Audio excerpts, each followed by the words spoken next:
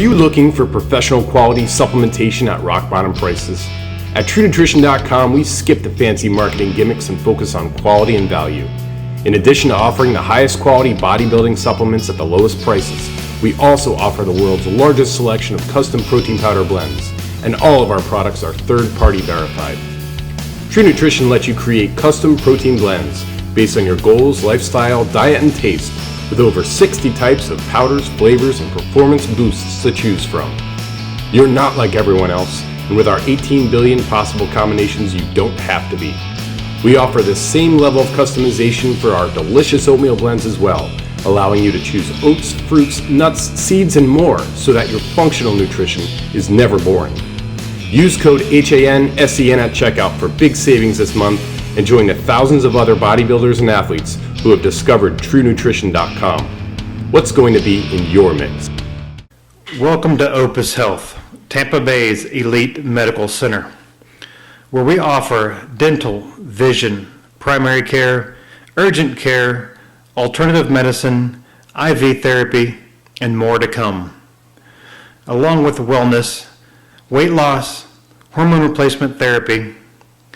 We are open 7 days a week. You can reach us at 813-906-6737 or opushealth.org. We are located at 912 Channelside Drive in Tampa, Florida. You can book online or email us with any questions. If you're working hard to achieve your physical best, you need the optimum level of nutrients to reach your peak performance. When nutrients go missing, so does your ability to have a productive day.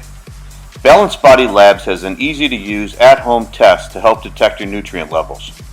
We recommend our Balance Pro vitamin testing service for endurance athletes, Balance Perform services for those training for a competition, and Balance Weight Control for those trying to reach their goal weight. In just 4 easy steps, we will know which supplements your body is lacking. Choose your test, take the sample, mail it in, and log in for results. Hi, I'm Aaron Reed, Super League Pro, author of The Supernatural Lifestyle, 9-time NPC champ. One of the wonderful things I like about Balanced Body Labs is measuring kit. I'm able to measure my micronutrients, which I've never been able to do before. So I can find out what I'm depleted in terms of my vitamins, amino acids, even testosterone, lactic acid, cortisol levels, things like that, to help me really key in what I'm doing with my diet when I'm getting ready for a bodybuilding competition or, a performance competition with the Super League. If you don't know what nutrients your body requires most, you won't be able to perform at peak levels. Balanced Body Labs will get you there. Order our online test kit today. Some people were saying that you were going to be like just a one-time Mr. Olympia too, right? And didn't that sort of motivate you for 93? It was the first time, because the contest was held in Finland. That means some people were probably not there from the States that would normally be there. So there was that. And it was held in Finland, and I'm European. I've never been to Finland before, by the way. I don't speak the language. I speak the same language as American. But, there was that thing that I'm European. It's in Europe. Yeah. And Lee Haney's retired. So this guy's won, but next year, surely LeBron or Flex Wheeler, who's just coming up, one of the Americans will win it because I was the first European to win it. So I think there was that, and I'm like, you haven't got it right, guys. You don't not understand yet, Yeah. You will understand next time. It'll be more outright next time. So. Wasn't it true you hung up the poster of the 93 Olympia in your gym and you said you can kiss my ass or something? Well, the first time I won the Mr. Olympia 92, there was a picture lap spread with the medal and the trophy and everything. Uh-huh. Because you know how it is, wherever you're from, man, it's like people are not going to appreciate you, or they think just because somebody's from somewhere else, they must be better, or, or maybe they're jealous. They don't want to, they don't want to see somebody from the same circumstances as them being successful, because then they have to reflect on their lack of achievement. And there's a lot of reasons, man, but there's always people that, saying you can't do it. So I always use that as motivation. So it was like, to all the non-believers, now you can kiss my ass. And that was on the wall of the gym. One thing I forgot to ask you about 92 also was the return of Lou Ferrigno. Were you thinking about him at all as you were getting ready for the show? Not really. I know Joe really wanted to win, but unlike people think that Joe Weider had some kind of influence on the Mr. Olympia contest. I don't know about the past before I was there because I wasn't there. Yeah. But I can tell you, at least in the period of the 90s and so on, Joe Weider had absolutely zero influence on the contest. There are other people running it, other people judging it, and so he's just a figurehead. Well, he would have liked Lou because Lou would be, hugely marketable. Yeah. And so Joe was kind of pushing Lou to win, and there was some interviews in the magazine beforehand. Interviewing all the Mr. Olympia contest competitors. What do they think about Lou Ferrigno coming back and everything? I don't remember exactly what I said, but I said, for me, it's not an issue. Yeah. And he's probably going to realize that this is not a movie, it's not TV, it's real. Right. So, yeah, Lou looked great though. I mean, he looked better than like back in the 70s and stuff. So yeah, he was big. He kept up with the times, with the training and the diet and everything. But I think it was like 12th or 13th place. Yeah. That was a good comeback for him, but the sport had moved on, and the standard of the physique's obviously much higher than when he competed. So even though he took a stride forward, it wasn't enough to catch the guys in the 90s. Yeah, exactly.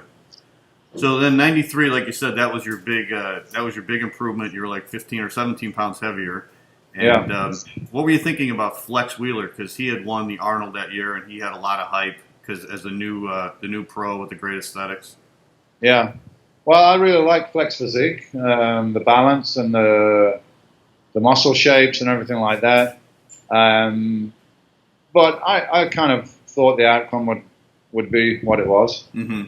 Because I would overpower him with size and density. A lot of people that look at pictures and videos, there's something about my physique that probably doesn't show up very well there. You have to see it live. Yeah. And that's not just the volume of the muscle.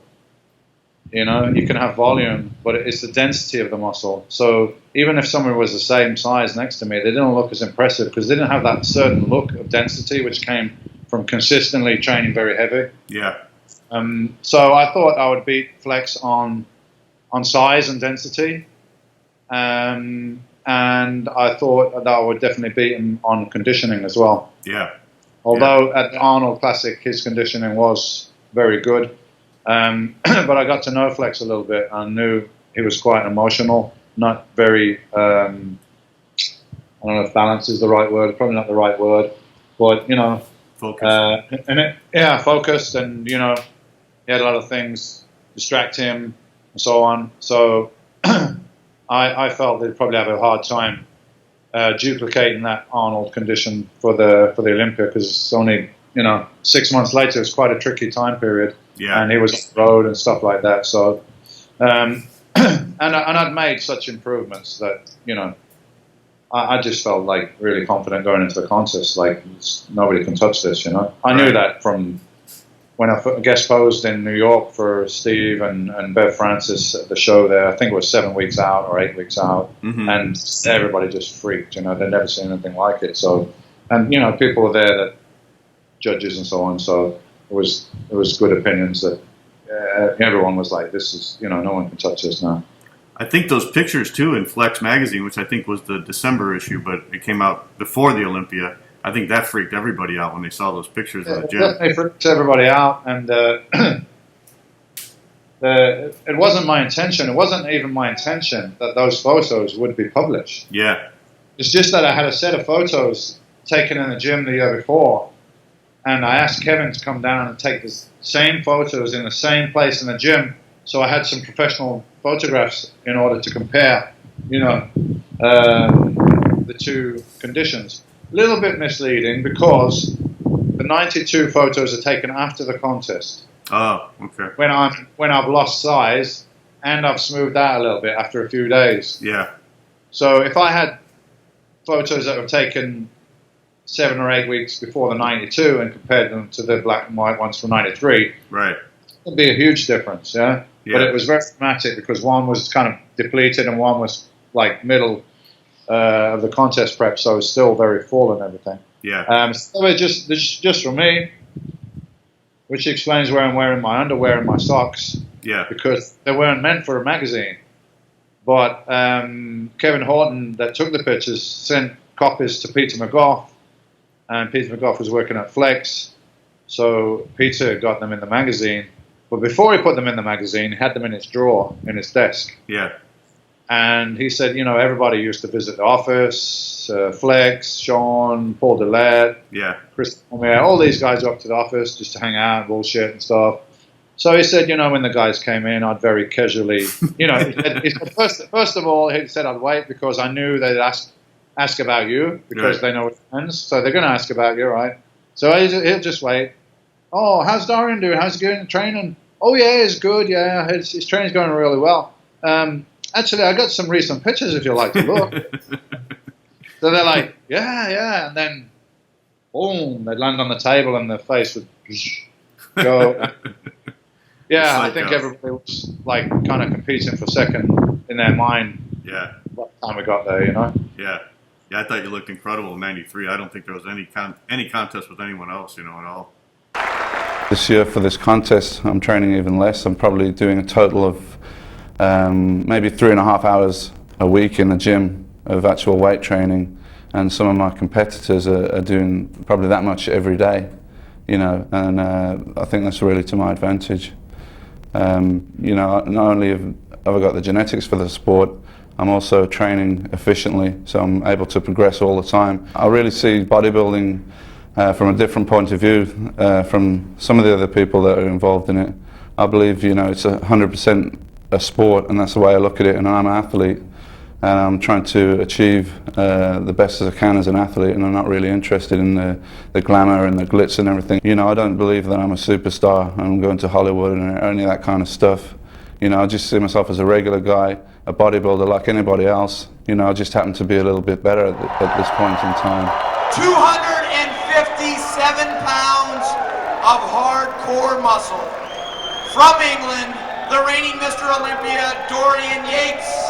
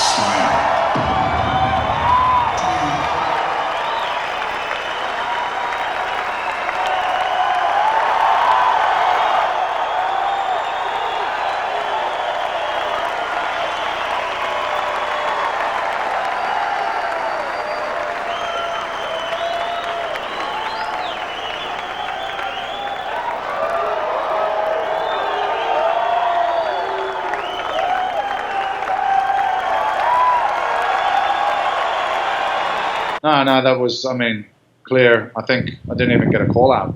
Yeah. In the second round. Yeah. So people said, how do you feel? You didn't even get a call out. I said, how did I feel? I said, I felt like I'm either dead last or I'm definitely first. So I'm not fucking last, am I? So I said, I don't mind. You know, I did the hard work all year round, so I don't mind. I have to work hard on stage. It's okay, you know? Yeah. Quarter turn to the right. Quarter turn to the right.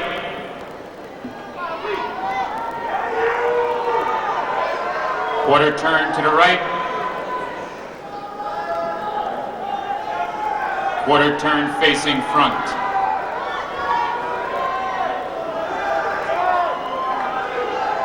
Front double bicep.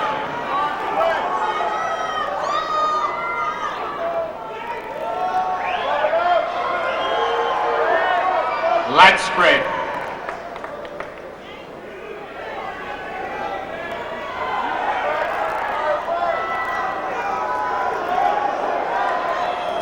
Side chest.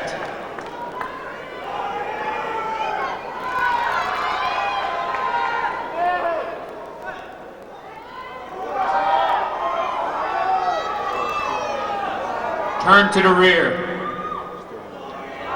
One leg back showing the calf. Double bicep.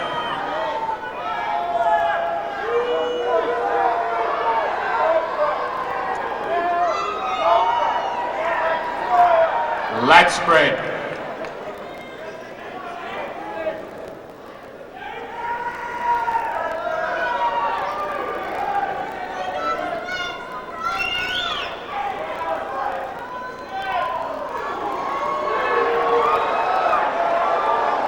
Side tricep.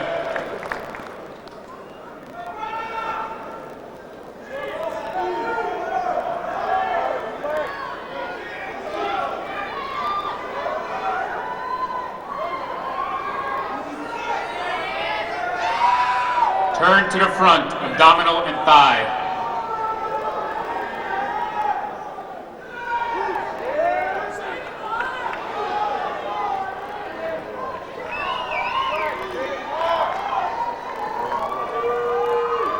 Gentlemen, relax. And if the music man's ready, pose down.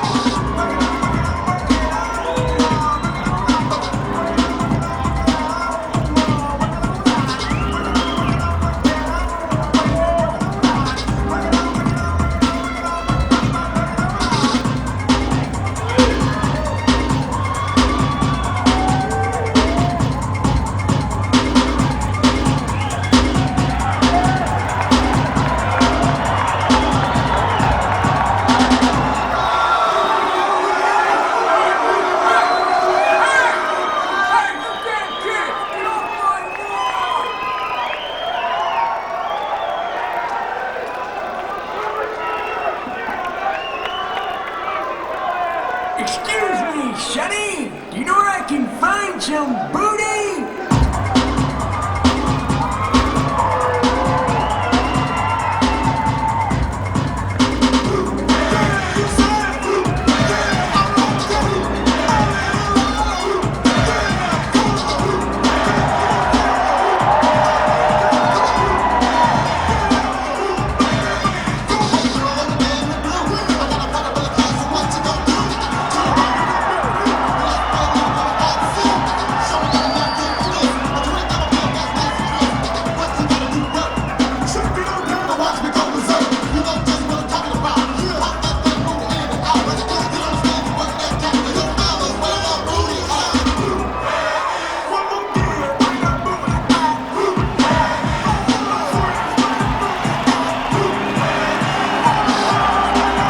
The second place certificate being presented by Jim Horn of American Bodybuilding Products.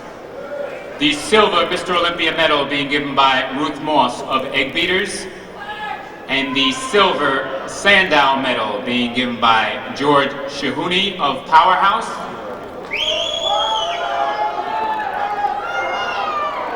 And they will take those awards and give it to this year's runner-up, Flex Wheeler.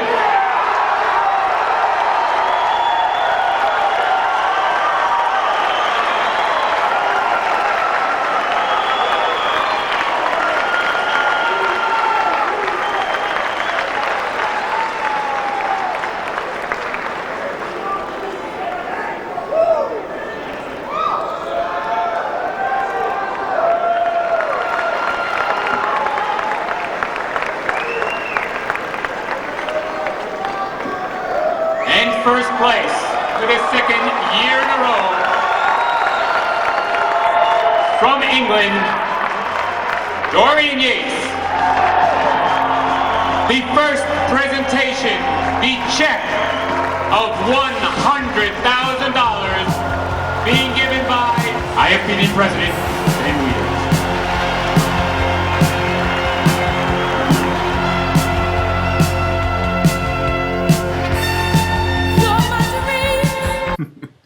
So let's talk about '94 now, because that was different. You were really put to the test. Absolutely. I think you had a rotator cuff injury earlier in the year, right? And then a leg injury, and then of course the bicep. Yeah, you know, I remember Steve Weinberg, because I used to train with Steve, you know, after I won the '93 contest. And Steve said in his, you know, very New York way that, you know, just stop this fucking heavy training now, man. Like, you know, just hold it and chisel. And I like, actually, it was good advice, you know. Yeah. But I didn't want to. That's what got me there, and I wanted to continue doing it, and I want to push and see if I could do more, man. Like, why stop now, you know? Like, yeah. Yeah, I started getting a couple of injuries, and once you got one or two, unless you really back off and deal with them over a period of time, it's like your body's a piece of chain, you know? Yeah. Now you've got a link that's damaged somewhere, and it just like fucking goes down the chain. You see it often with bodybuilders. They get one injury, and then it just like, you know, boom, boom, boom, they start getting various injuries. Right. So I think from all the heavy pressing that I did, especially I used to do the heavy pressing on a Smith machine, which I know now is not really a good idea, because you're forcing your joints through an unnatural plane of movement with heavy weights. So I did a lot of incline presses on the Smith machine just because my upper chest was weak, and that was like really isolated and worked for me. Yeah. Well, over a period of time, I think it was damaging my rotator cuff, and that was causing my shoulder to slightly rotate forward. And I was doing the undergrip rows, which means you got to supinate. And I noticed when I was grabbing the bar, the left was kind of awkward to get my left hand on there. So that was putting extra tension on the bicep, I guess. And so the bicep and the shoulder were the same arm then, huh? The same arm. The bicep, tricep, and shoulder is all on one arm. Wow. Okay. I guess I can trace it all back to the shoulder. Yeah. That's what I believe. You know, it all starts in one place. And even the shoulder, with what I know now, can be traced right back down the line to the opposite hip. Oh, no kidding. The opposite hip is connected to the shoulder. So I just learned that recently from somebody I've been working with. So, you know, 10 years later from the squat injury, I get a shoulder injury, and it's all kind of related. Yeah. Although, you know, let's be fair, it wouldn't happen unless I'm putting my body under extreme stress. Yeah. You know, when I'm saying I'm doing reverse bent over rows, I was rowing 440 6 weeks out from Mr. Olympia. Wow. And, you know, now I know it wasn't necessary. I could have been rowing 300 or 350 and just squeezing it and concentrating on maintaining at that point, because I had the size. Yeah. So what's the point to train with those super heavy weights, which you need to build size, when you've already got the size, and now you don't have even sufficient calories to build anything anyway? So you just shift your weight training to maintenance. And let's use diet and some increased cardio activity to lose the fat and the weight, and just concentrate on maintaining. You know, which is what they used to do back in the old day. I guess Arnold and those guys, they trained pretty light, just fast in a lot of sets, just to burn, because they already built the size in the off season. Yeah. So yeah, that was, you know, people say, well, you know, do you still like stand by your training system because you got injured? I'm like, absolutely. If you want to build muscle mass, is the quickest, most efficient system you can have. What was my application of it? Trying to do kind of training in a contest phase when I was tired and I was probably slightly dehydrated and I didn't have a lot of body fat and I wasn't sleeping properly and all those things that you get coming into a contest. And maintaining, maintaining is quite easy. I see people do it all the time when I go to the gym. Yeah. Every time you go in the gym, that guy's maintaining. You go back and it look exactly the same. Right? I see that too. So what were your thoughts, Dorian, when you did tear that bicep? And I saw the pictures where it was all black and blue. I mean, did you think that was it? You were out that year? Absolutely. Like, I fucking did this, you know, to the max. I've dedicated my life to this. I've lived like a monk. I've sacrificed a lot to do this. And now I got there. Not only have I got there, I've got there and like better than anyone ever, basically, and clearest winner ever. Got, you know, wow, you can win 6, 8, whatever you want now, yeah? And now it looks like my whole career is over in one moment. Yeah. And man, I was sick to my stomach, not only from the physical pain, but from the emotional pain. The realization of the fucking situation, you know? So it was like that for really, you know, until my, you know, my positivity kicked in. I was like, hold on, listen, let's see what we can do here. Before we throw the towel in and like decide not to compete and just go eat a bunch of pizzas and drink beer and like cry yourself to sleep. Yeah. Before you do that and it's all over, why don't you see what you can do? Because it's 6 weeks before the contest. Maybe somehow you can heal the injury. Maybe, you know, you can train, but you might have to train around it, and you can keep doing the diet, and you're in good shape. So you can always throw the towel in 2 days before the contest if you want. If you're like, fuck, man, look, I tried, but not good enough, and I can't do it, and that's it. But if I didn't try, there always would be that voice of that. What about if you fucking tried, man? Maybe you could have done it. So I wasn't really confident that I was going to do the contest until probably like a couple of weeks out. Wow. You know, and I was still a little bit bruised, and obviously the bicep was, you know, it tore. I hadn't detached the tendon or anything, but it tore the belly of the muscle. So now it's much shorter. Okay. And the question is like, how visible is that? How is it going to affect you? Front double bicep, you know, you're screwed, right? Yeah. You know, that pose is fucked now. Right. But actually, it's not visible in any of the other poses. Right. So it's not visible on any of the quarter turns. It's not visible in any of the 6 compulsory poses. So you're going to lose the double bicep to everybody. If you want. Worst case scenario, you lose to everybody in the contest, double bicep. Yeah. But what about the other poses? If I'm in shape, I know there's some poses I cannot be beaten on. You know?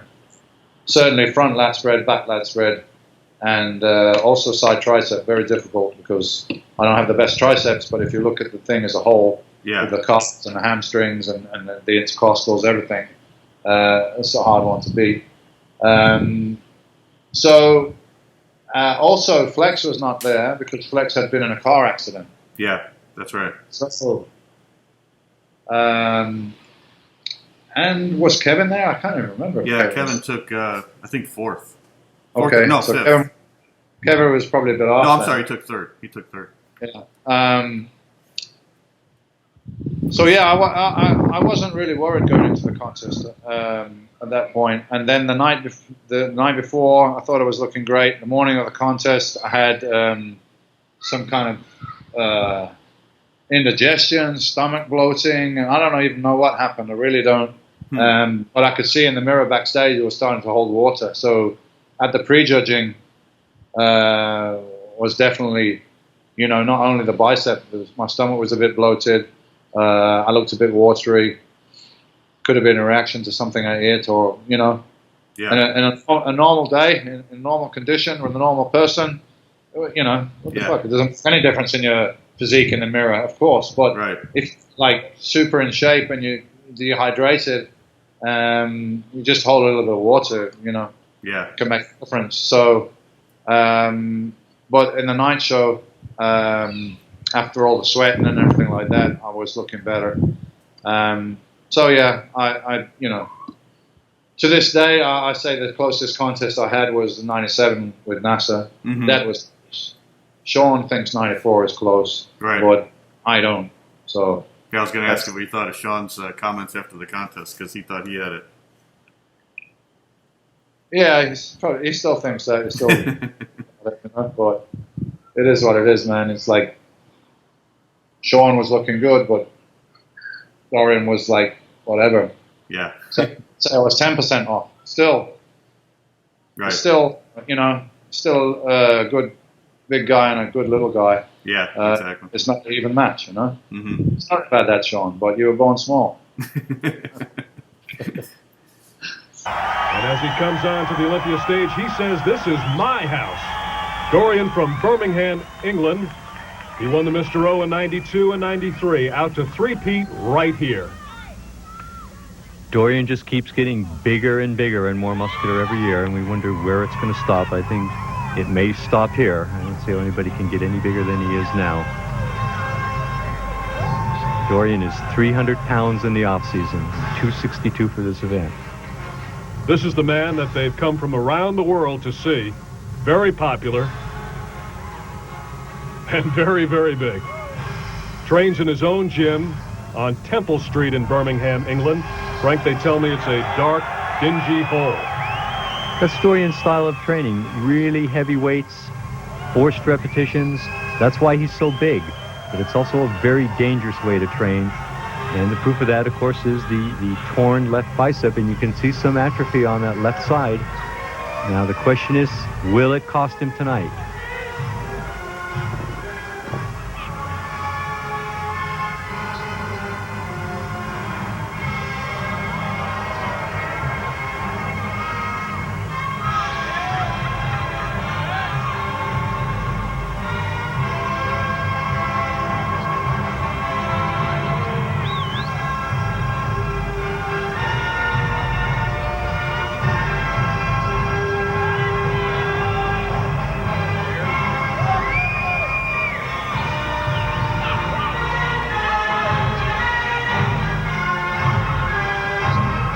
You can hear the fans responding to Dorian.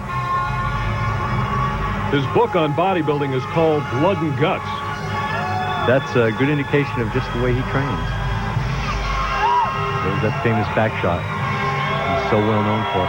It's a better routine I've seen from Dorian in a long time. He's put more into his posing this year, and it looks like it may pay off for him.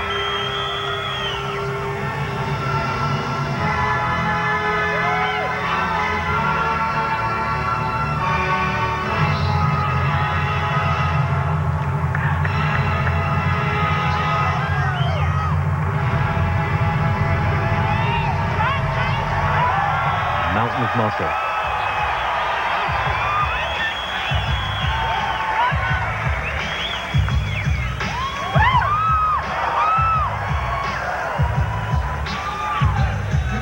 Now this is something new to Dorian's routine.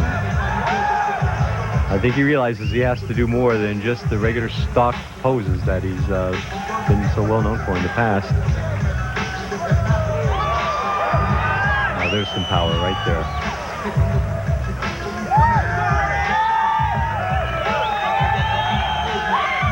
You know, he walks and moves like he owns the stage, and you can bet he does. Like I said, he's saying, this is my house, my stage. Well, you have to believe that yourself before you can convince anyone else. Dorian knows that better than anybody. He sure knows how to act like the winner. He's had 2 years' experience doing that, so there you see that torn left bicep.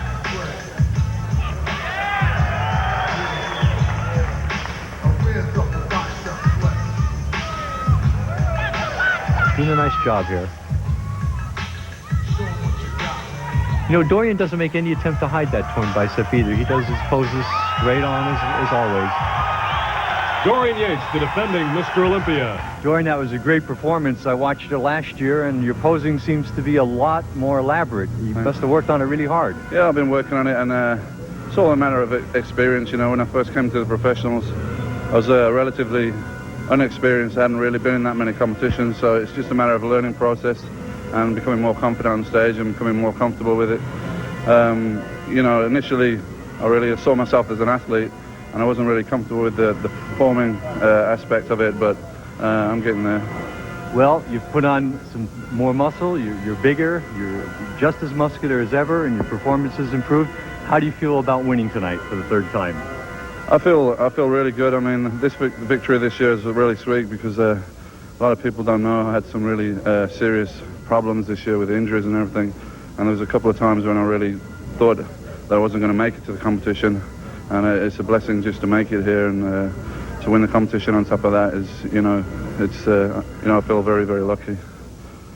Well, that's great. You're a great champion. I wish you all the luck in the outcome. Looking at the top 3 bodybuilders in the world right now.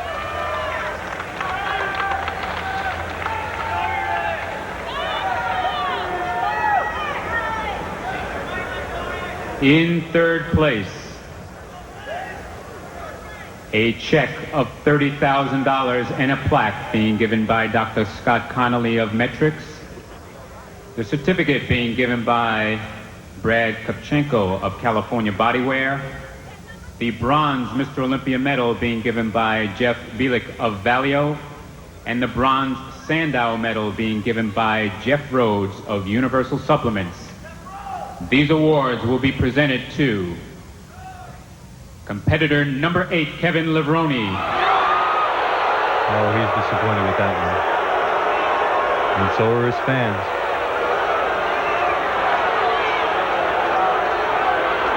It's actually a step up for him from a year ago. He was 5th, now number 3. No, he doesn't look too happy. No, he's not. But you can bet he'll be back.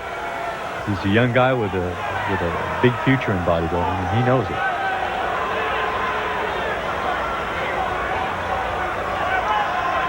It's going to be tough to knock off Dorian now or anytime soon, I would think. What would he have to do? It's a good question. It's really hard to see in some cases how some of these guys can improve. They're so good already. Well, Sean must be wondering just that right now. Do I have it? Or does Dorian's reign continue?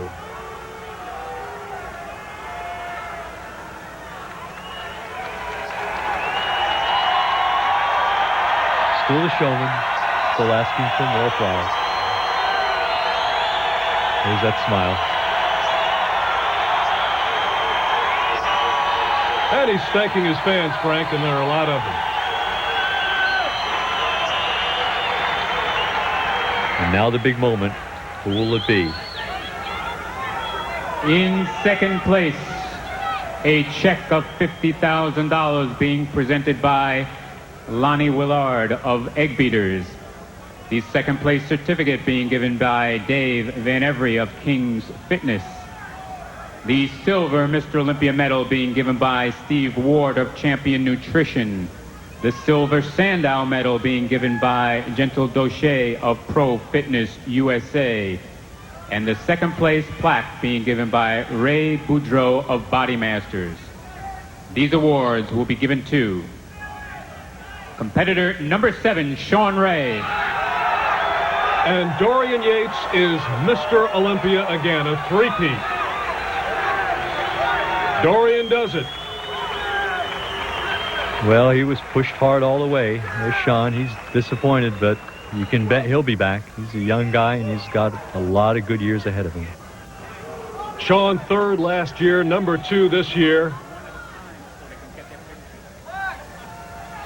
And Dorian does it again.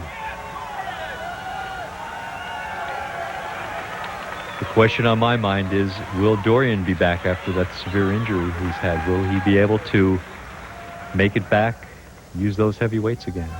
Dorian grew up on a farm, says hard work is ingrained in him because of that. You know he'll be back, and you know he'll be bigger.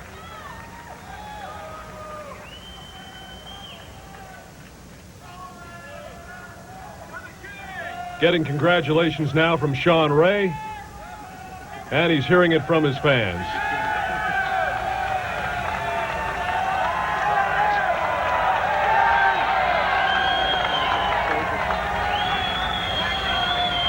Looks relieved that it's over as well. Well, he's won $50,000 too. And for the 3rd straight year, the winner of Mr. Olympia, Dorian Yates. There is one relieved champion. For all he's been through this year with the injury and the closeness of this contest, he is one happy bodybuilder. The check of $100,000 being presented by Ben Weeder and Rafael Santoka of the IFBB.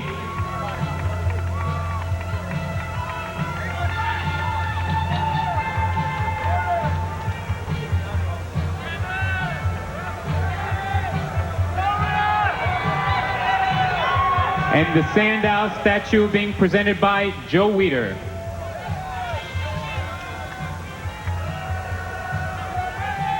Joe Weider coming onto the stage. He's got the trophy for Dorian Yates. Ben Weider right behind him. Dorian's third Olympia statue.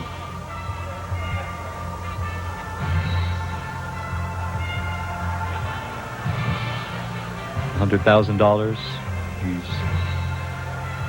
got to be the biggest thrill of his life.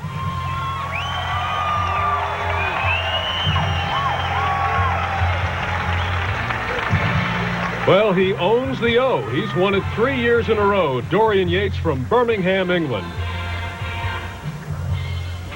So now the next year, 95, that was kind of a redemption year for you because you changed up your training a little bit too, right, Dorian? You changed the overhand grip on that. Machines. I got to deal with Hammer Strength, and they supplied me with, shipped over a lot of machines from Hammer Strength from the States to my gym in UK. Okay. And was using a lot more Hammer Strength for chest, to kind of work a little bit around the shoulder. Yeah. It wasn't bad at that point, but I knew something was going on.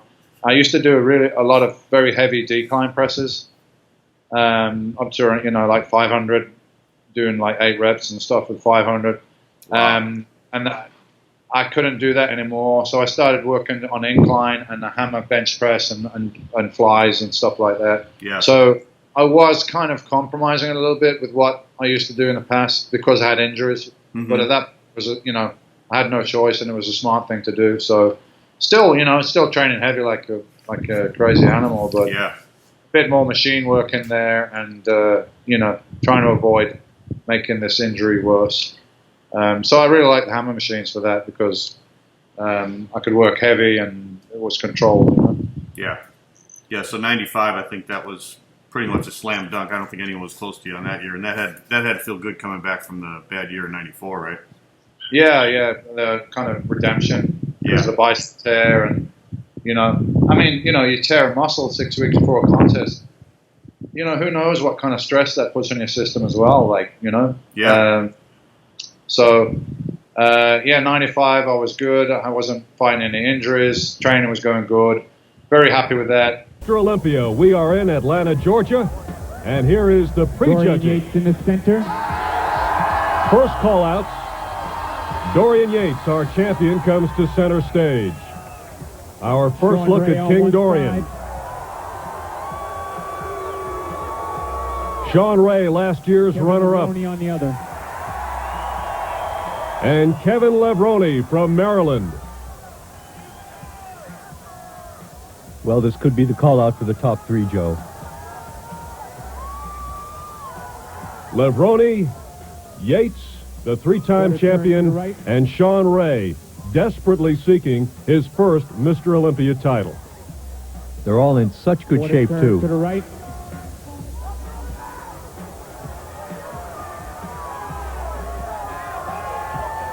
For those of you not familiar with bodybuilding, this is the pre-judging, where the judges take their initial look at the contestants. Of course, later in our coverage, we will have the full routines from the top contestants. What do you see right here, Frank, with the top 3? A lot of muscle. Yates has improved. He's harder than last year. Levrone is, and Sean Ray is too. They're all better than before. I'd have to agree. The top 3 called out there better than last year. And now coming down to the stage is Nasser El Sanbati, casting his own shadow. Here's the biggest guy alive in bodybuilding competition, 270 pounds, and he is a monster. He's a nice guy, but physique is monstrous. Well, they give Dorian the nickname the Shadow because he casts a shadow over everyone, but Nasser... Quarter turn to the right. ...is huge. You are right. Nasser is a good 10, 12 pounds bigger than Dorian, but look at that back on Dorian. Quarter turn to the right. What a bunch of muscle he has.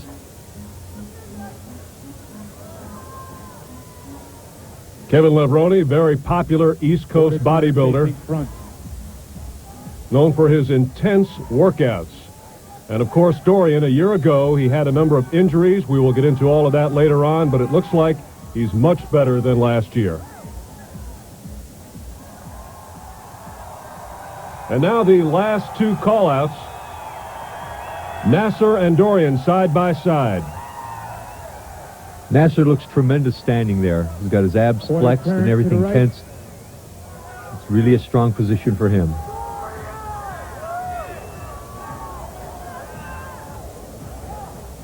Here's a man who is not considered to be in the top 5 coming in amongst the experts, but right away within the first few minutes of prejudging, he's right there with King Dorian. Quarter turn to the right.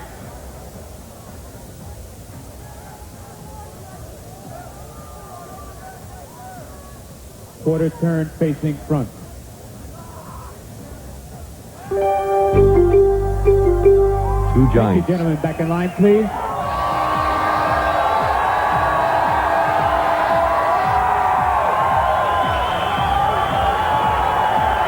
Dorian stays back, does a few poses. And now Nasser comes back. It's turning into a pose down already.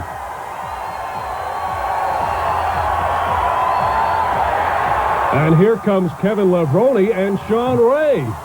No doubt every one of these guys thinks they have a shot at the title, and that's why all 4 of them are there posing. Nobody else came by, just those 4 that were called up. And they're probably right. What a start to tonight's battle. That probably still say 93 was my best shape because I had no injuries and stuff, but 95 was very good and the condition was great, and I think my back was better than it was in 93. It was more details and stuff, maybe because of doing more machine work. So yeah, I was happy with 95.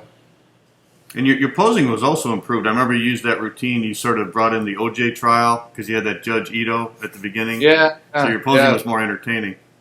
Yeah, it was more entertaining. I had a good guy that was put interesting music and concepts together with me and everything. So yeah, that was cool at the time because everyone was watching that trial on TV and stuff. So an attempt to be a little amusing.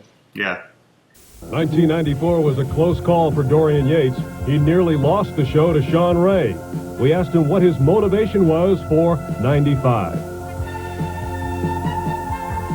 Well, for this show I've been really motivated because last year, as everybody knows, I had 2 serious injuries.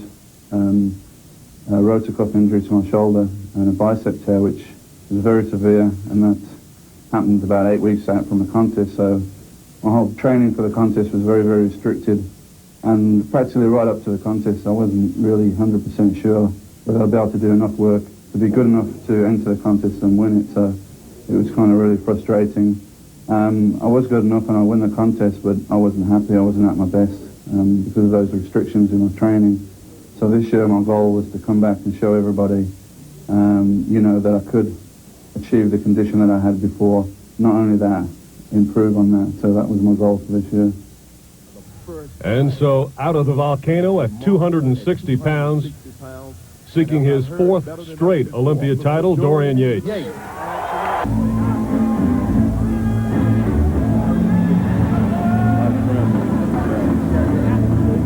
An impressive entrance for the man from Birmingham, England.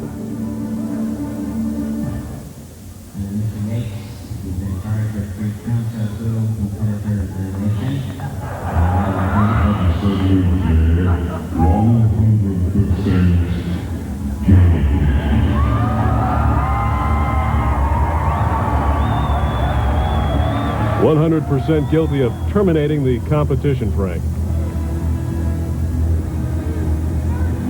Well, he's the man that would know.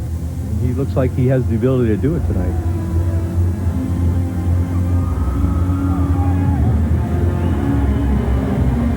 Very aggressive attitude he has this year as compared to last year. He knows he's at his best. Sort of similar to how Linda Murray felt in her attitude about winning. Really motivated to come back because of not being satisfied with the previous year's showing. And you got to use all the motivation you can get from situations, and both of them have certainly been able to do it. There's that famous back again. Wow, with all that muscle.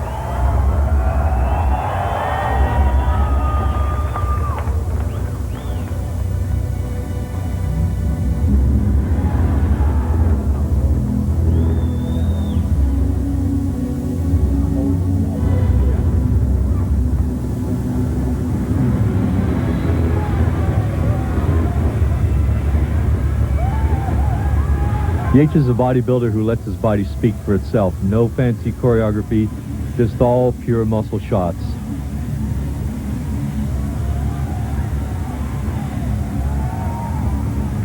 He's really playing up that back strength he has. Make sure everybody gets a good look at that.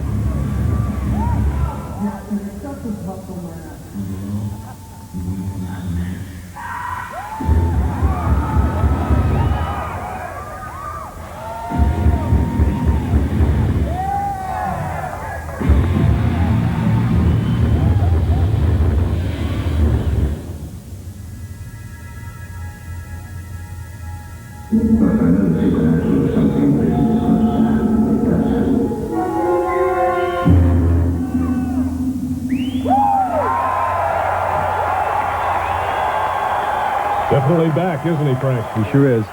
Good presentation. And a lot of muscle. We'll be back with more of the Mr. Olympia. Nasser El Sanbadi, Vince Taylor, Chris Cormier. Gentlemen, quarter turn to the right. Sean Ray, Dorian Yates, Kevin Levroni. Quarter turn to the right. The top bodybuilders in the world, Frank, and what are the judges looking for right here? Their last chance, I guess.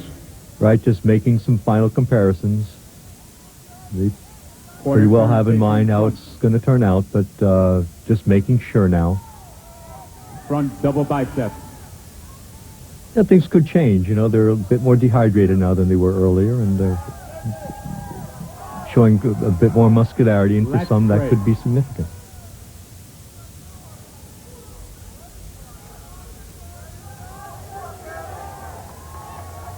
Well, there have been 9 champions of the Mr. Olympia.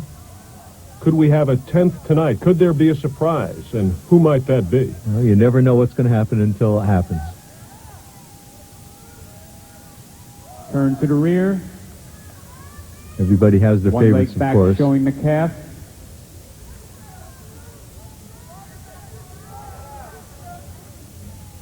Double bicep.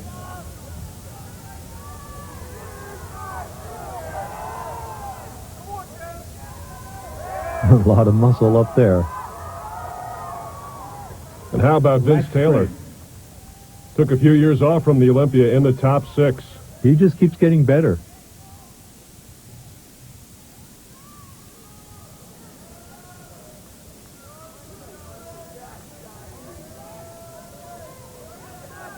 Relax. Side tricep.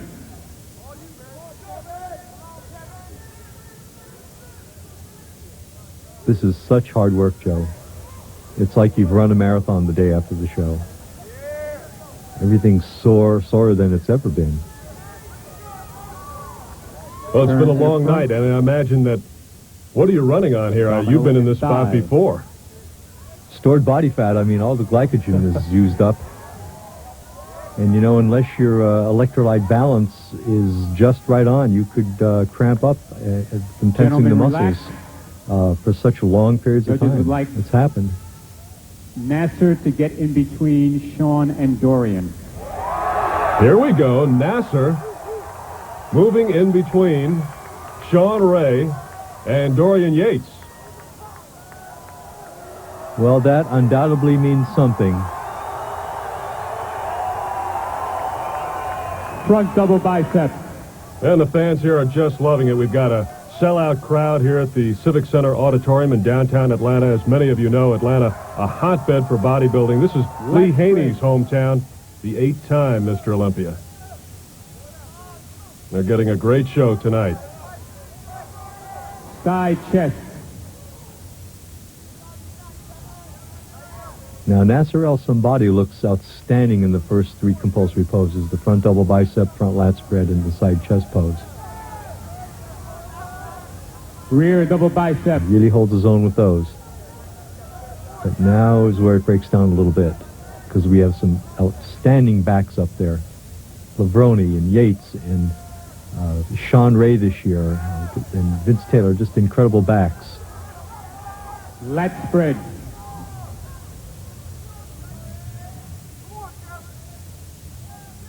And who has the widest lat spread here?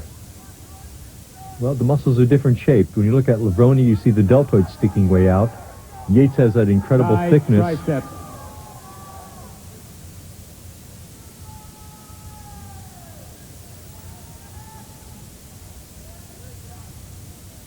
You know, Sean Ray doesn't have an easy time up there. He probably weighs around 200 for this contest, and he's standing next to somebody 70 pounds heavier than him. Incredible. Yet he comes off looking very, very good because he's so developed. He's in such good shape. Gentlemen, relax. And if the music man's ready, pose down. The pose down at the Mr. Olympia.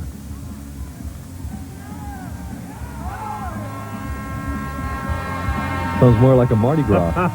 Horns blaring.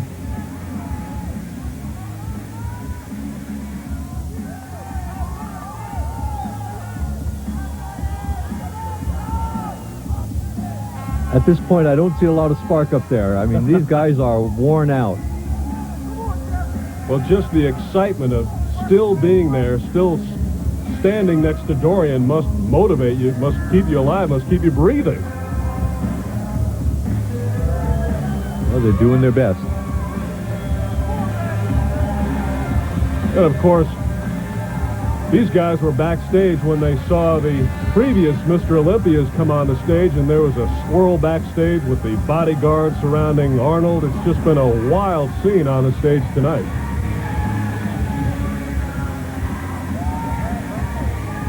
Joe, that was a great experience for me being up there with those guys.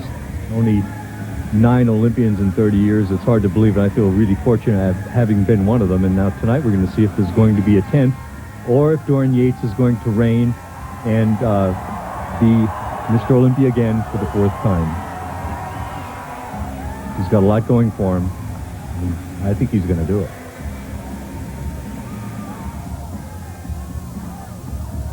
Well, certainly Dorian looks so much better than a year ago. He looks very confident, too. I mean, not that he always doesn't look confident. If there's one guy that's sure of himself, it's Dorian. But I think he knows he's got it tonight.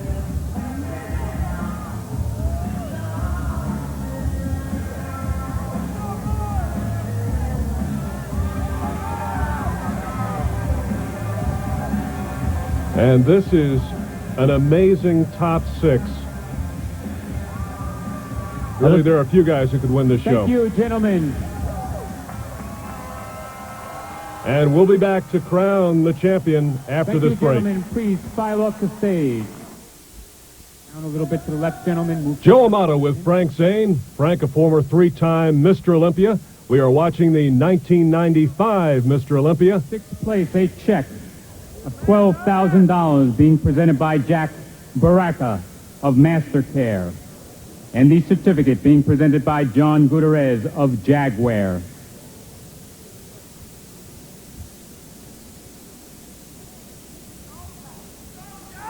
And those awards will be presented to competitor number 7, Chris Cormier. 2 years in a row, 6th place for Chris Cormier. Yes, he beat a lot of good guys, you know. Judging from who's standing there, I think that's a good call. Chris has a bright future. Chris Cormier, 6th place. Great shape tonight.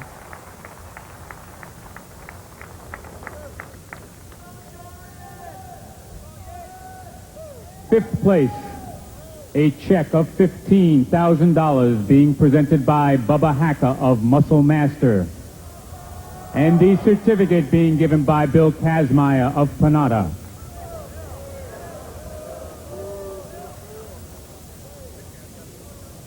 Those awards will be presented to competitor number 2, Vince Taylor. Vince looked like he knew he had 5th. And he's happy to get it. He knows the caliber of the people that he finished ahead of, and he's grateful. Checking the fine print on the check. Vince Taylor, 5th place. Great return to the Olympia by Vince Taylor. 4th place, a check of $25,000 being presented by Art Gutierrez of Advanced Free Weight Systems. And a certificate being given by Mitchell Bobrow of Otomics.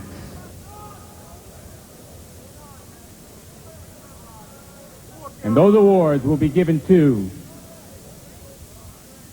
competitor number 8, Sean Ray. Wow. Now there's a surprise.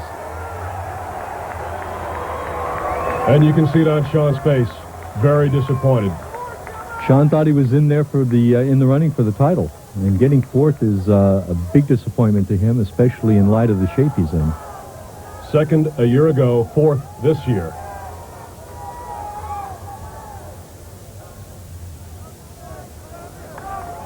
Sean Ray, 4th place. Well, it just goes to show you how hard it is for a smaller guy to win it. Now the last 3, Kevin Levrone, Dorian Yates, Nasser El Sanbati.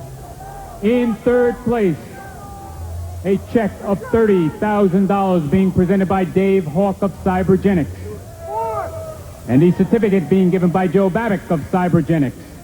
The bronze Mr. Olympia medal being given by Mike Ryan of Gold's Gym. And the bronze Sandow medal being given by Greg Perkins of Egg Beaters. And those awards go to competitor number 1, Nasser El Sanbati. Well, a bit of disagreement by the crowd. You know, I think this vote by the judges is an indication of the trend that bodybuilding continues to move in, away from shape definition and balance proportion towards sheer mass. And I know that some people are disappointed by that, but when you get 270 pounds of muscle standing next to you at about 5'9", it's just really hard to stay on the same stage as that. And that's, I think, what Sean Ray found to overcome him tonight. I can't say I go along with this decision, but he is a very good winner. 7th a year ago, 3rd tonight, and now Kevin Levrone's heart must be thumping. Could he knock off Dorian Yates? Dorian, I'm sure, thinking that he has won this show. But for Kevin, the top American bodybuilder, a check of $50,000 being presented by Will and Norm Davish of Powerhouse Gyms. The silver Mr. Olympia medal being given by John Oliva of Twin Lab. The silver Sandow medal being given by Peter Parsons of American Bodybuilding Products. And the certificate being given by Amy Fodley of EAS. And that award goes to competitor number 18, Kevin Levrone. And Yates has done it again. 4 straight Olympia titles for Dorian Yates. Kevin Levrone, the runner-up. Kevin looks a little disappointed, but he has $50,000. I mean, how unhappy can you be with that? Full-blown Kevin Levrone, and that puts him, no doubt, he is the top American bodybuilder right now.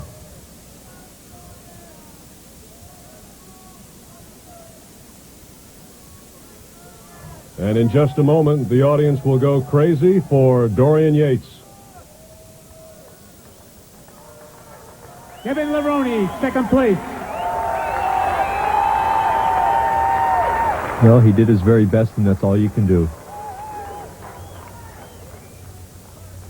And the winner for the 4th year in a row, receiving the largest check in bodybuilding history to date, $110,000. The gold Sandow medal, the gold Olympia medal, the Mr. Olympia certificate, and the Sandow statue, all being presented by Dr. Scott Connolly, Joe Weider, Ben Weider, Raphael Santoka, and Pamela Kagan, to Dorian Yates. And Dorian wins it all. Fourth Mr. Olympia, in the best shape of his life, and a great comeback after having a bad year last year. Scott Connolly from Metrex on the stage, joined by Joe Weider and Ben Weider. And Rafael Santoka. And all hail Dorian Yates, Mr. Olympia for 1995. And much like Linda Murray, had that terminating presentation tonight. We'll be back to talk with Kevin and Dorian after this break. And we are back on the Olympia stage with our champion. The fourth year in a row he has won the Mr. Olympia title. Dorian, congratulations. Yeah, thank you. I know last year you did have problems. You won the show. What was your goal this year? My goal was to come back from last year. You know, I had a lot of injury problems, and people were thinking, well, maybe I'm finished, or maybe I can never achieve the condition that I had before. So there's a lot of doubt, and that negativity actually spurred me on to come back and prove to everybody that I could get back in that condition and in fact improve on it. So a few modifications in my training and a whole year injury-free training, and that was the result. Well, there's no doubt anymore. Frank, go ahead. Dorian, I think you look the greatest of your career, and I'm just wondering how much more you can improve, and what are your plans for improving, and you're going to be back next year? Well, I think the answer to that is we really don't know until you explore the boundaries.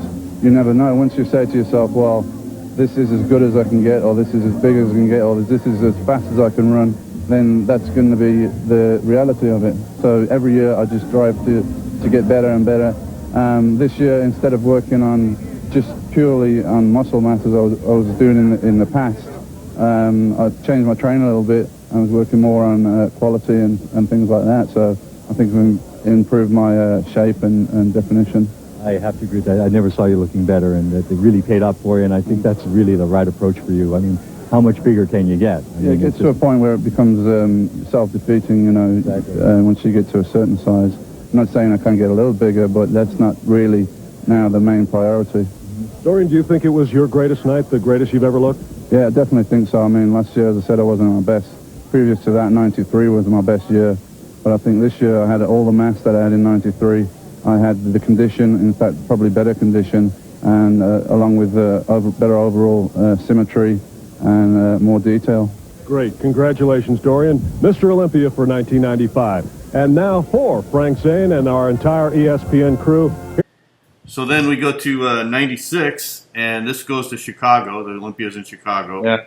And they did diuretic testing, which was the big thing, because Nasser was originally in third, and that was his first really big year, I think, right, in 96. Was Nasser in third or second? Yeah, he was third, yeah. Yeah, and Sean was second. And then Nasser ended up failing the diuretic test after the contest was over, right? Yeah, and I knew there was a diuretic test, and that's why I kind of took the decision to try and come in like super shredded. Yeah. Because I could do that without using diuretics. Yeah. So I dropped down probably a little bit too much, but you know, the details were probably more than before, but I lost a little fullness and, you know, lost a little powerful look, I guess. Yeah. If you see on the internet, there's a Grand Prix a week later, German Grand Prix, and I ate up a lot for that one, and that's, you know, one of my favorite conditions as well. That was very good. It was probably up like 6 to 8 pounds from the Olympia and still in the same kind of condition. Yeah.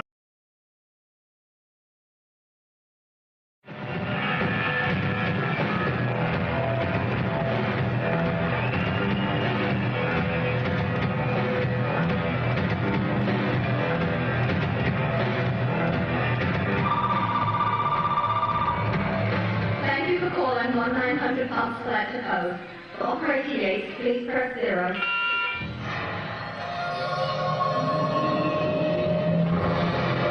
For front lat spread, please press 1. For signature code, please press 2.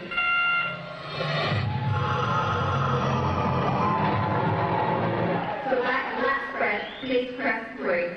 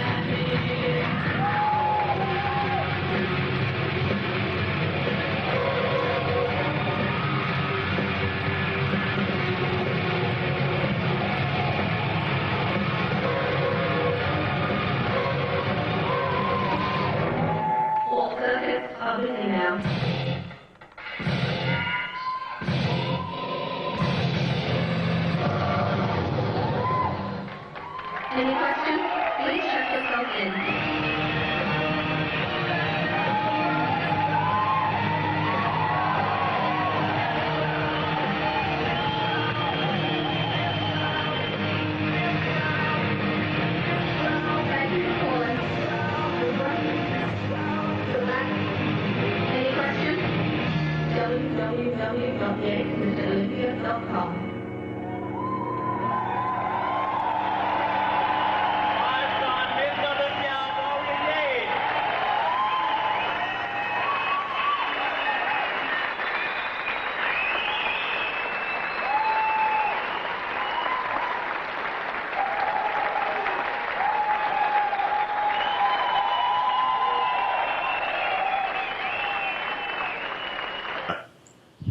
So yeah, a little flat for that one, but again, you know, I think it was still a clear enough win. Yeah, well, obviously I've been concentrating on, again, preparing for the Mr. Olympia and hopefully trying to improve the package from last year. I think since became Mr. Olympia,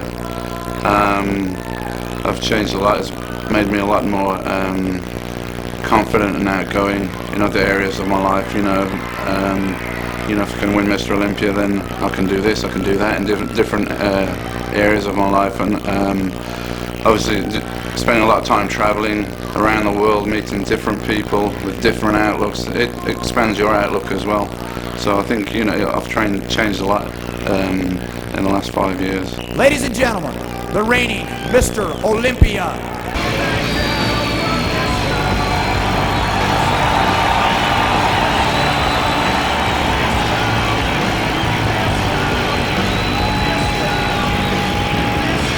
Thank you for calling.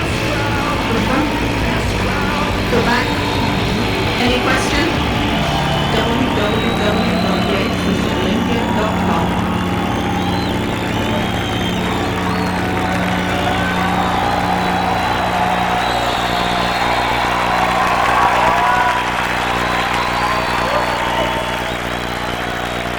How'd you feel about Nasser? Because he came up pretty quick and he looked fantastic from the front. Real good legs, good abs.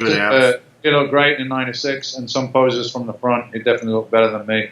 He looked really great with relaxed from the front, because he had these real square abs and good legs, and everything. He looked very good in that pose, and in the double biceps from the front as well. He looked very good. So for sure, he had made a couple of poses, but you know, it's about the majority over 11 poses. Yeah. You know, and from the side, I still had more thickness because I got quite a lot of depth through the side from the back, and of course from the back, you know, Nasser was pretty weak from the back, at least in the upper body. You know, lower body was pretty strong, but his back was weak and always a bit watery down the bottom, so he lost out on that area. Yeah. But '97, it was much closer, I think. Mm-hmm. Ready, pose down.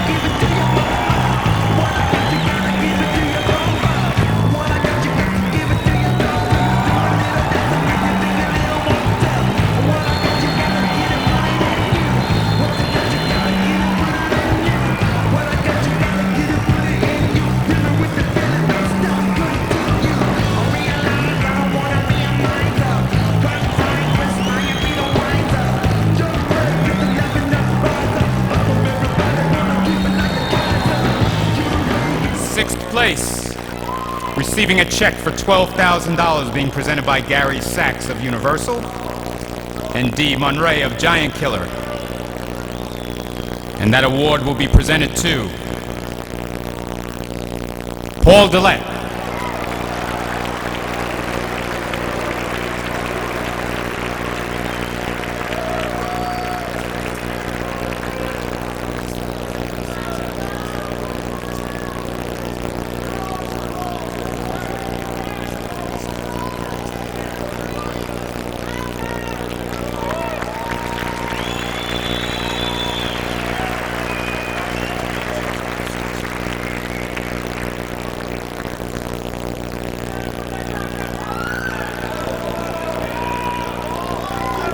In fifth place, receiving a check of $15,000 and a certificate being presented by Jim Valone of Global Nutrition and Ed Connors of Gold's Gym. And they will take those awards to Flex Wheeler,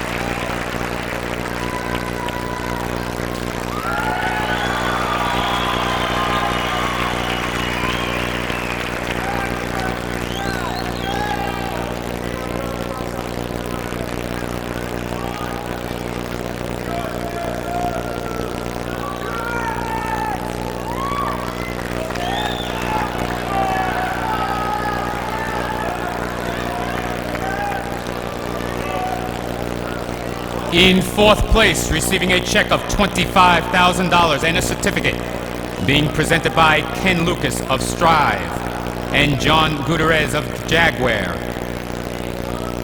And those awards will be given to Kevin Levrone,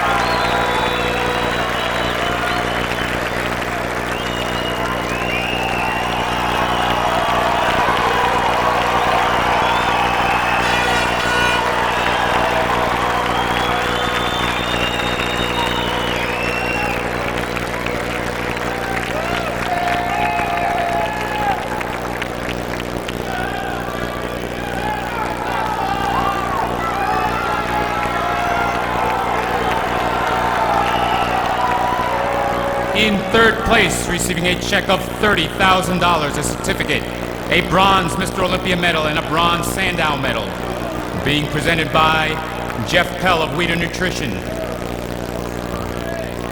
David Simpoli of Designer Protein, Steve Ward of Champion Nutrition, and Tom Profit of Hammer Strength. And they will take these awards and give them to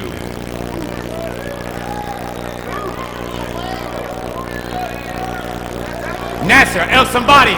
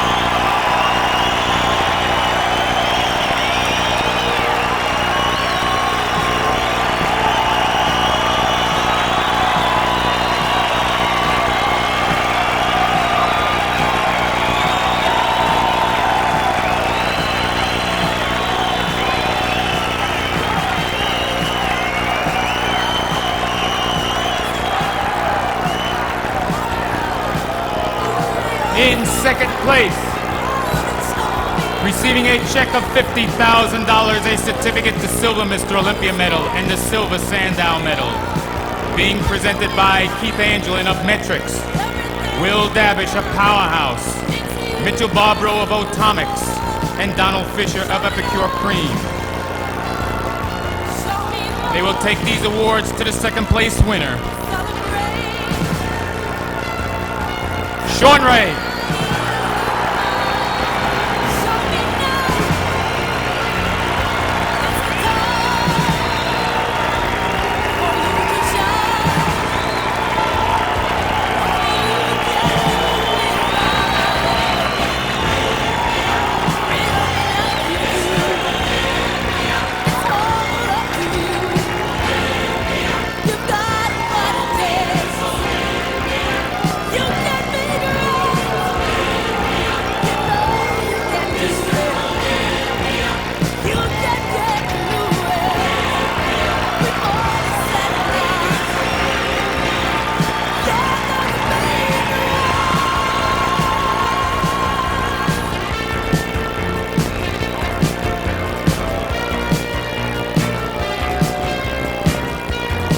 And in first place, receiving a check of $110,000, the standout statue and the gold medal, being presented by Joe Weider and Rudy Panada, Dorian Yates.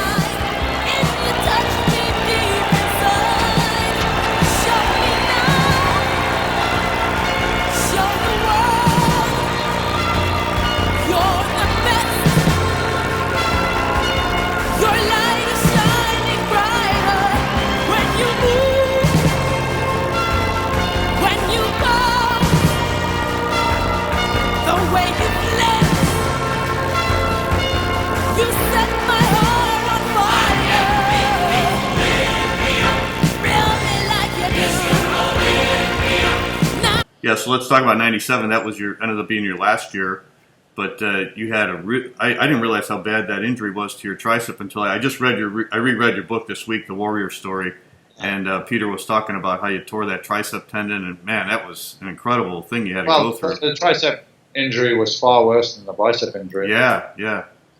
Because the bicep injury aesthetically didn't look good, but the tendon didn't detach or anything. And actually, after about 6 weeks, wasn't a huge difference in the strength, you know. Mm-hmm.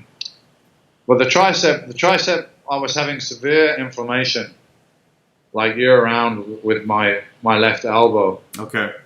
And really, the wise thing to have done now, looking back, would have been to take a couple of months off earlier in the year and really work on this and get the scar tissue down and do whatever minimal light training to get it really healthy and then start pushing again. But I don't, you're Mr. Olympia 5 times and everybody's on your ass chasing you. And NASA's coming up, it's getting closer, and I didn't really feel I had that time. And it wasn't my personality anyway. I just want to push all the time, Yeah. And when you're young, you think you're indestructible, although at that point I was learning pretty quick that I wasn't. Right. So I had inflammation, tendonitis, and I had to ice it after training. I was taking aspirin and all kind of stuff just to try and get through the training. Then I went to see somebody who was actually a surgeon. He worked for a soccer team in the UK. I mean, there was nobody in the UK at the time. I don't know if there is now, but nobody that's used to dealing with strength athletes and injuries and things like that. I mean, if you're a soccer player and you got a knee injury, there's some great guys there, but that's all we had, right? So I went to see this guy, and he advised me to have a cortisone shot in the tendon, which would take the immediate inflammation down, and get me through the last, I think it was about 5 weeks out that I did this, 5 or 6 weeks out. And then after the contest, he said, we'll address it, and you might have to have a little surgery to get scar tissue all around your tendon, and from micro traumas over the years. And train. You need to cut back on your train a little bit. Yeah. But that's how did I interpret that? Cut back on your train a little bit. It's like, all right, so I'm not going to incline 440. I'll do 400 then. That's like a compromise for me, you know? Right. So, you know, I was still training pretty heavy. And I think it was 3 weeks out. It was real near to the contest. And I was doing like an old-fashioned pullover and press with the cambered bar, you know? Mm-hmm. Wasn't particularly heavy, but I guess, you know, the tendon wasn't in good shape. Yeah. And then, you know, I know now a cortisone injection is just going to further weaken the tissues. It's catabolic, you know? Yeah. So it takes inflammation down. You don't feel your problem anymore. Right. But now further weakened the structure that's already weakened, you know? Right. So it was bad advice that I got. And boom. The most intense pain and a noise that, you know, echoed around the gym. Like everyone heard it. Wow. Bam. Wow. And then I was like, just cold shock, physical and mental, like not again. And like, there's, you know, you get a big one like that, a bicep or a tendon injury. It's not like, oh wow, how do you just know that that's a fucking major injury. That's a big one, yeah. Yeah, for sure. And so it's all numb and swollen. I remember getting home and just trying to like do this, just like, you know, move it. Wouldn't, you know, the signal from the brain was going, but it wouldn't even move. Wow. I think the tendons totally come off because there's no movement there. Yeah. By the next day, I could move it. But what I really needed was an MRI scan, just the extent of the injury. Yeah. But the MRI machines we had in England were the closed ones, like a tunnel. Yeah. And shoulders were so big and wide, I couldn't fit in this machine. Oh wow. And they had no open MRIs at the time in UK, so yeah. I didn't know until I got to New York a week before the Olympia what was going on there exactly. And they told me it's like 95% or more of the tendon has detached. There's very little attachment to the bone, and to just be really careful. And I wasn't training at all for those last 3 weeks. I was only doing cardio and sticking to my diet. I wasn't training. I wasn't even posing. I wasn't even practicing my posing the way I used to because I was scared, you know, that I could pull the tendon or something. Yeah. So, you know, very much less than ideal preparations for the Mr. Olympia. Yeah. And you also you had trouble with your stomach too, right? Because of all the aspirin you were taking? I totally forgot about that. Weeks out from the contest, I had stomach bleeding. I was hospitalized for 2 days and I had a blood transfusion. Wow. And, you know, of course, the doctor's asking me what stuff I'm taking, what drugs I'm taking. So I, you know, tell them all the steroids and growth hormone and some aspirin and this other anti-inflammatory that I've been getting from my doctor. So they came back the next day and they're like, right, we know what your problem is. This anti-inflammatory, I don't remember the name of it now, but this anti-inflammatory, how long have you been taking this? I said, well, like about 2 years because I get pain in my shoulder and when I stop, I get pain again. So my doctors just give me a repeat thing. I don't even go and see them. I just go and they give me the thing, you know? Yeah. And they're like, right, well, this is the most irritable to the stomach lining. Oh, wow. You should never be on this, according to this guide, never more than 3 weeks in a row. So, I mean, you know, if I was in the States, I'd probably be suing this doctor for my millions for, you know, my livelihood. But right. It doesn't work like that in the UK. And to be honest, I was just so focused on the contest, I didn't even think about it. I remember being in the hospital and asking the doctor, like, man, you know, when can I get out, man? I need to go to the gym, I need to train and get ready for a contest. Yeah. And he had to take my ex-wife aside and talk to her and say, listen, you need to speak to your husband because, you know, he's just in a life-threatening situation right now, and he's asking me when he can go to the gym. So, you know? But I was sitting there in the hospital, and she brought in my food in boxes, and I was staying on my diet, wasn't eating the hospital food, all that shit. Wow. And a few days later, I got out of there, and after the blood transfusion, but they were doing blood tests on me every week, getting ready for Olympia, and my hemoglobin levels were still not back to like where they should be, even by the time the contest rolled around. So, you know, who knows what physical effects that have on your, you know, condition and all that kind of stuff. Yeah. So I had two things getting ready for that contest, and before those two things even happened, I was thinking I'm not really enjoying this anymore. Mm-hmm.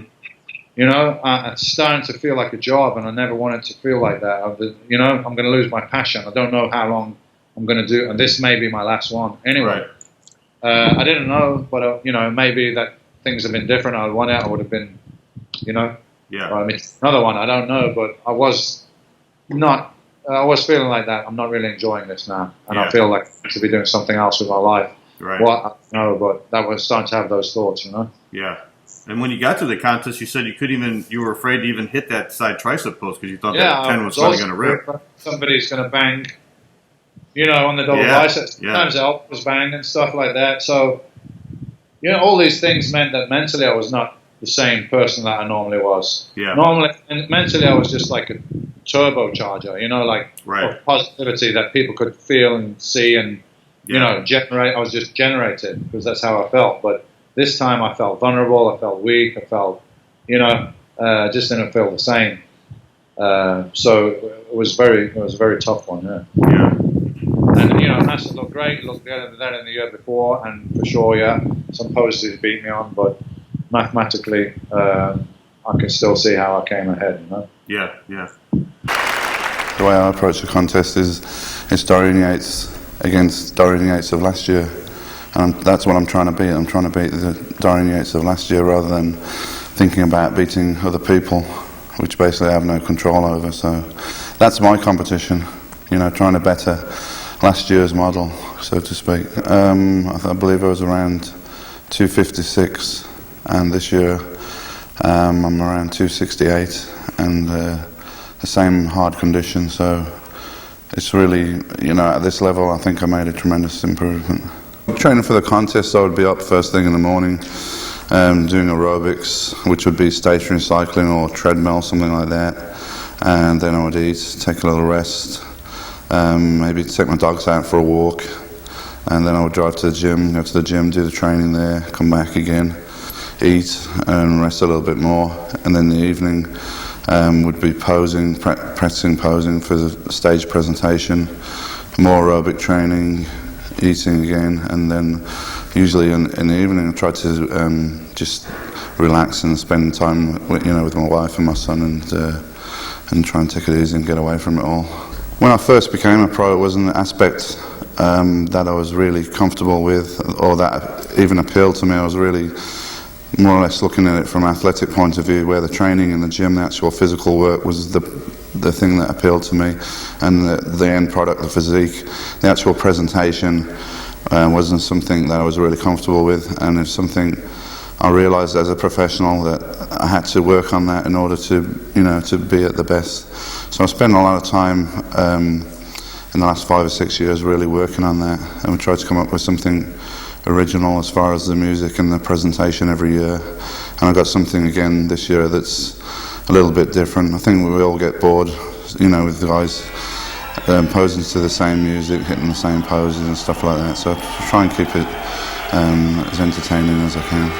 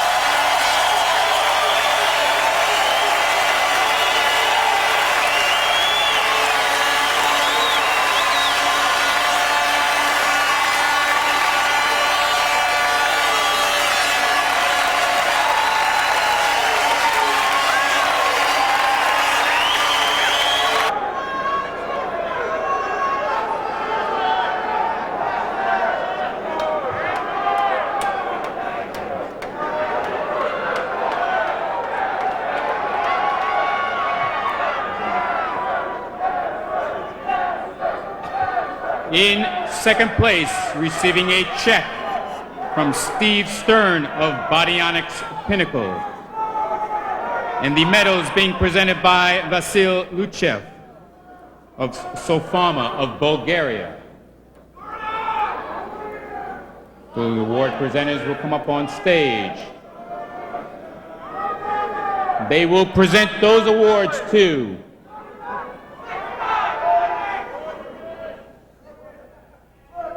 Nasser El Sanbate.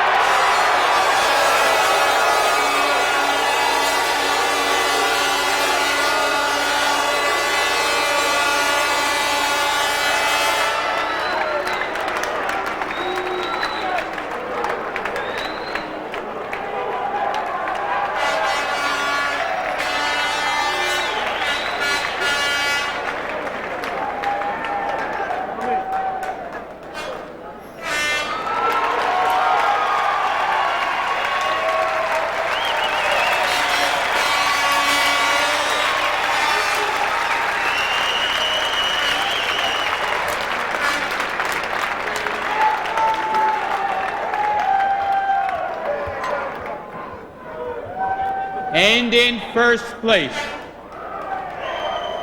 receiving a check,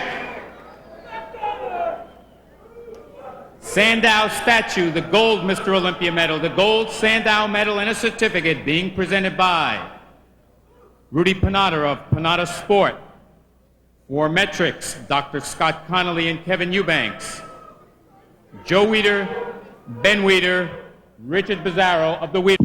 So looking back over your career, Dorian, of any contest, what was the one you think you had the most satisfaction winning, whether it was an Olympia or any other one? I got to go for 93 Olympia. Yeah.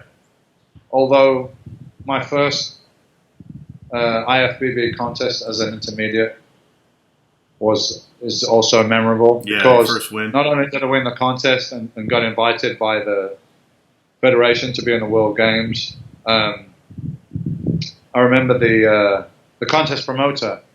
There was another trophy. It was the trophy for the best physique of the day of all the contests. Yeah. So I won that, and I remember the promoter of the contest taking me on stage and saying, you know, we've had this town. Is a town with entertainment because it's by the seaside in England. Yeah. And he said, you know, in this town we've had a lot of famous people and this and that, and I want everybody in the audience to remember this day with this guy on stage, because this guy is going to go on to be something very special. Wow. So I remember that, you know. Yeah. So that one, and then at Kai Green now, and hasn't gone to the Olympia in a couple of years, and he's been invited this year. What would you say to Kai Green if you could give him advice, because he's really at his peak still, and he has a chance of beating Phil Heath? But he's decided again, I think, to sit it out. What would your advice be to someone like him? Well, I don't know why he's sitting out. He has his reasons, but I think it would be fair to say that he's the only one that could beat Phil. I don't really see anyone else that close to it. And I think I probably did say this to Kai at one time, that if he brought his body weight down and just concentrate on coming in maybe 15 pounds lighter and like super shredded, then he would have a chance of doing it. But he always tries to come in too heavy, I believe, and it doesn't. It's not to his benefit, you know. Yeah, yeah. So yeah, why not, man? Mr. Olympia is Mr. Olympia still. Yeah. You know, still the #1 title, and that's what history remembers, man. Yeah, you know, I know. If that's the bodybuilding fan, who won Mr. Olympia in this year, you know, 84, right? They're going to tell you it's Lee Haney. Right. It's the Arnold Classic in 84. I don't know. Yeah? Right. You know? Right. You know, it's still a great contest and the prize money is the same, but the history is not the same. Yeah. You know, no one remembers that. Yeah. So that's what I would say. Mr. Olympia's history, and would be great to get your name in the history books, but hey, he's his own man. He makes his own decisions. You know? Yeah, yeah. When you were competing, which guys did you think were really your biggest challenge, or did you think you were just on your own level? Well, physically, potentially, I respected Flex's physique, and I saw what he achieved while giving less than 100%, shall we say. Yeah. So I knew that, like, if he had my mentality, then I would really have a hard time and he'd probably beat me. Mm-hmm. I also knew that he didn't. Yeah. So therefore, I wasn't really worried. Kevin was good. Kevin was great.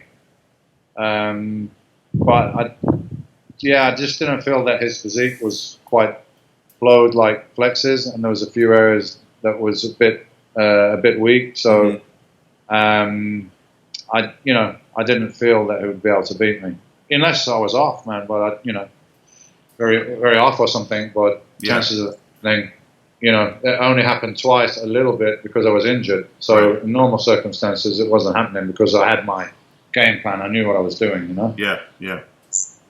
How about Sean and Lee Labrada and Nasser? Nasser was looking very impressive in '96 and definitely got my attention. Yeah. Like, wow, where did that come from, because he really forward that year. And 97 as well. Yeah. 97 was, me and Nasser in 97 was the closest of all my competitions. But that, I was, kind of beyond my way out anyway. Right. So earlier on, it would have been Kevin and Flex. And Sean, Sean is a great bodybuilder and always he came in shape and everything.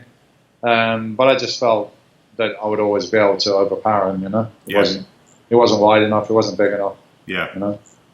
Well, I think you dominated in an era when it was probably the best bodybuilders of all time. I mean, the 90s is highly regarded as, the greatest talent, and you won 6 straight Mr. Olympia, so that's got to feel fantastic, right? Yeah, man, it's like, you could win 20 now, and probably wouldn't match that because of the depth of the quality of the guys that were there, and that time, everyone was hungry and training hard and really pushing and going for it. I just don't see that spirit anymore. It seems as if the guys are not even interested in training. Everyone just does the same thing and pumps up, and no original thought out there or anything in regards to training or even nutrition. I don't see really any of the guys saying much because they all got coaches that do all that stuff for them. Yeah, I know. So that a lot of the stuff that I loved about the sport is not there anymore. But nothing stays the same forever. So I don't want to sound like an old geezer saying things that better in my day. Right. Yeah. So, and you're right on about the training too. I mean, when you go into the gyms now, I mean, back when we were training in the 80s and 90s, it was all small, hardcore gyms, and everybody trained super hard. And now you got these bigger corporate gyms, and like you said, everybody's just maintaining. Nobody's really training that hard. Nobody's pushing themselves. It's not an environment where hard training is even encouraged. In fact, it's actively discouraged. Discouraged, right? You don't want to train too hard and make noise and stuff because you might scare the old lady over the other side of the gym. Join and join. That's the line.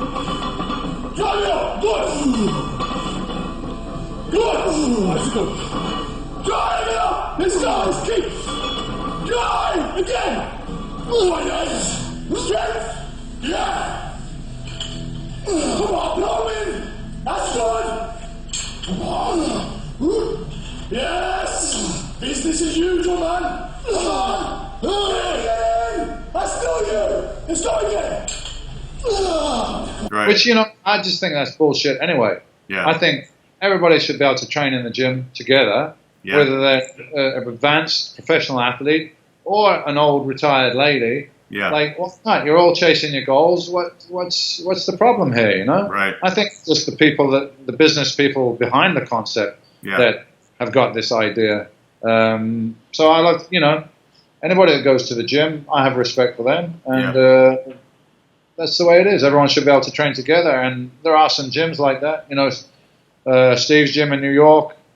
You got all the best bodybuilders going there, football players, everything, and then got your regular people who can be inspired and pick up off on the energy that they can get by seeing people like that training, man. Even if it's just a bit of I feel like, look at these guys. You're gonna get that's what it's about. It's energy, man. You know. Yeah. And a good gym should have that energy. You should walk into that place and feel like you want to train. And that's what I created at Temple Gym. Like every single person that stepped down those steps is like, first of all, there's nothing else to do down there because it's just packed with equipment. There's no space to really hang out much. Right. But it had that atmosphere, you know, that was what it was. It was a place where hard work was done. Yeah. Well, I think that's why you're still so respected today, Dorian, because you really showed that warrior mentality and you trained so hard. And like I said at the beginning of the interview, you redefined bodybuilding because you brought it up another level. You had more size with that super hard conditioning that was never seen before, especially from the back, as you said. And I think that's why even today, 20 years after your career, people are still respecting you. The hardcore bodybuilders still respect you. Yeah, I believe so. And maybe even some of the physique guys. Yeah. You know, listen, it's like physique guy, fucking CrossFit. I don't care, man. If you're going to the gym and you're working out, right, more power to you. I got respect for you, you know. Absolutely. Whatever you're doing, it doesn't matter. Yeah. All right, Dorian. Well, thank you very much for joining us for this interview. Thank you for your time. I really appreciate it. It was a great pleasure to talk to you. I just want to say one thing. I just want to shout out something I'm involved in now that's called Super League. Oh, yeah. Super League Live. It's not a bodybuilding contest, but it's a competition, and it's for physique athletes and powerlifters and so on. Okay. It's a set of exercises and a physique scan, which will take me too long to really explain. So if you go to Super League Live, it's all there. And our first contest is in July 29th in Vegas. So going to be there, and we've got a great lineup of athletes. And I think it's something new, something exciting. And there's no judges. You know, you either lift the weight or you don't lift the weight. And the physique scan has got certain ratios, which you can read on the website. So, and, you know, when I was competing, I always thought that's the thing that's missing.